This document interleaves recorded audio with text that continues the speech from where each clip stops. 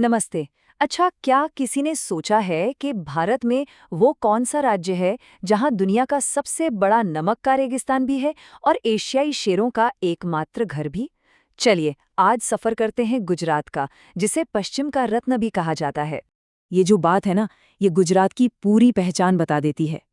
ये वो धरती है जिसने न सिर्फ भारत की संस्कृति को एक आकार दिया, बल्कि दुनिया को महात्मा गांधी और सरदार पटेल जैसे महान लीडर भी दिए। तो सवाल ये उठता है कि गुजरात को आखिर पश्चिम का रत्न कहते क्यों हैं? इसका जवाब छिपा है इसके शानदार इतिहास में, जो व्यापार, संस्कृति और महान लोगों की कहानियों से भरा पड़ा है। अब देखिए, गुजरात की लोकेशन ही इसे कितना खास बना देती है। ये भारत के पश्चिमी तट पर है। एक तरफ इसकी सीमा पाकिस्तान से लगती है, तो दूसरी तरफ ये राजस्थान, मध्य प्रदेश और महाराष्ट्र से घिरा है। और इसके पश्चिम और दक्षिण में है विशाल अरब सागर। इसी वजह से ये सदियों से व्यापार और संस्कृति का एक बहुत बड़ा सेंटर रहा है। लेकिन गुजरात सिर्फ व्यापार के बारे में नहीं है। अरे, ये तो कमाल की विविधताओं वाली जमीन है। इसके लंबे समुद्री तट से लेकर इसके विशाल रेगिस्तान तक, यहाँ की जमीन में एक अविश्वसनीय वैरायटी देखने को मिलती है। जरा इस नंबर पर गौर कीजिए, 1600 किलोमीटर। जी हाँ, पूरे भारत में किसी भी राज्य की ये सबसे लंबी कोस्टलाइन है, जो गुजरात को एक यूनिक समुद्री पहचान और व्यापार का एक ऐतिहासिक गेटवे बनाती है। गुजरात के भूगोल में जो कॉन्ट्रास्ट है, वो तो बस हैरान ही कर देता है। सोचिए, एक तरफ दुनिया का सबसे बड़ा नमक का रेगिस्तान कच्छ का सफेद रण है, तो दूसरी तरफ हरियाली से लदा हुआ सापुतारा, जो राज्य का एक लौता हिल स्टेशन है। सचमुच एक ही राज्य में दो अलग-अलग दुनियाएं हैं। और बात सिर्फ रेगिस्तान और हिल स्टेशन तक ही नहीं रुकती। यहाँ गिरनार, पावागढ़ और शत्रुंजय जैसी अहम पर्वत श्रृंखलाएं भी हैं। ये पहाड़ सिर्फ भौगोलिक रूप से ही इम्पोर्टेंट नहीं है, बल्कि जैन और हिंदू धर्म के लिए इनकी बहुत गहरी आध्यात्मिक मान्यता भी है।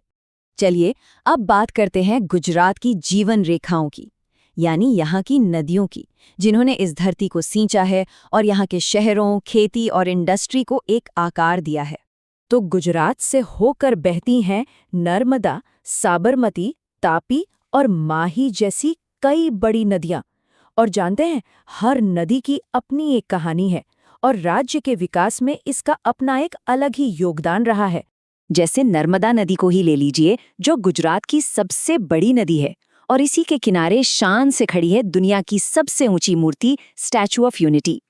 ये नदी राज्य के लिए पानी का एक बहुत बड़ा जरिया भी है। फिर आती है साबरमती, जो राज्य के सबसे बड़े शहर अहमदाबाद के बिल्कुल दिल से होकर गुजरती है। अहमदाबाद की तो पूरी पहचान ही इस नदी के किनारों पर बसी है। और थोड़ा दक्षिण में चलें तो तापी नदी है, जो सूरत शहर को जिंदा रखती है, जो भारत का इतना बड़ा डायमंड और कमर्शियल हब है। तो ये नदियां सिर्फ पानी नहीं, बल्कि यहाँ की सभ्यता की बुनियाद हैं। लेकिन एक मिनट, क्या किसी को पता है कि भारत में एक ऐसी नदी भी है जो कर्क रेखा यानी ट्रॉपिक ऑफ कैंसर को एक बार नहीं बल्कि 2 बार काटती है? सोचिए जरा, कौन सी हो सकती है? जी हाँ, वो नदी है माही नदी। है ना कमाल का ज्योग्राफिकल फैक्ट। और ये अनोखी नदी गुजरात से होकर भी गुजरती है। तो जमीन और नदियों की बात तो हो गई। अब चलिए गुजरात के भूगोल से निकलकर इसकी आत्मा में उतरते हैं, यानी यहाँ की गहरी आध्यात्मिक और स्थापत्य विरासत को देखते हैं। ये राज्य सदियों से आस्था का एक बहुत बड़ा केंद्र रहा है। देखिए, यहाँ सोमनाथ है, भगवान शिव का पहला ज्योतिर्लिंग। फिर द्वारका, भगवान कृष्ण की नगरी। अंबाजी, जो एक बहुत बड़ा शक्तिपीठ है। और मुढेरा का वो प्राचीन सूर्य मंदिर। और हाँ, आज के जमाने का आर्किटेक्चरल मार्वल अक्षरधाम मंदिर भी। हर एक की अपनी अलग कहानी, अपनी अलग शान है। चलिए, अब गुजरात के कुछ ऐसे अनोखे खजानों पर नजर डालते हैं जो इसे वाकई सबसे अलग बनाते हैं।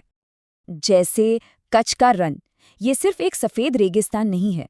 हर साल यहाँ रण उत्सव होता है, जो संगीत, डांस और कला का एक ऐसा रंगीन मेला होता है कि बस देखते ही बनता है। अच्छा, अब एक बहुत ही जरूरी सवाल। सोचिए, पूरी दुनिया में, पूरी पृथ्वी पर वो अकेली जगह कौन सी है जहां राजसी एशियाई शेरों को खुले जंगल में देखा जा सकता है? इसका जवाब कहीं और नहीं बल्कि गुजरात में ही है। जी हाँ, गिर नेशनल पार्क, एशियाई शेरों का दुनिया में एकमात्र घर।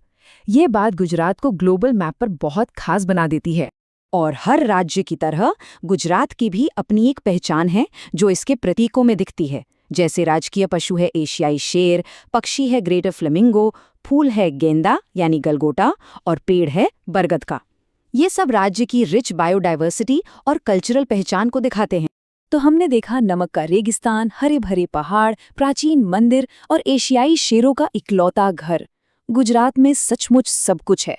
तो आखिर में सवाल यही बचता है कि वो कौन सी एक चीज है, चाहे वो यहाँ का भूगोल हो, इतिहास हो या यहाँ के लोगों का जज्बा हो, जो गुजरात को सचमुच पश्चिम का रत्न बनाती है। ये एक ऐसा सवाल है जिस पर सोचने में मजा आएगा।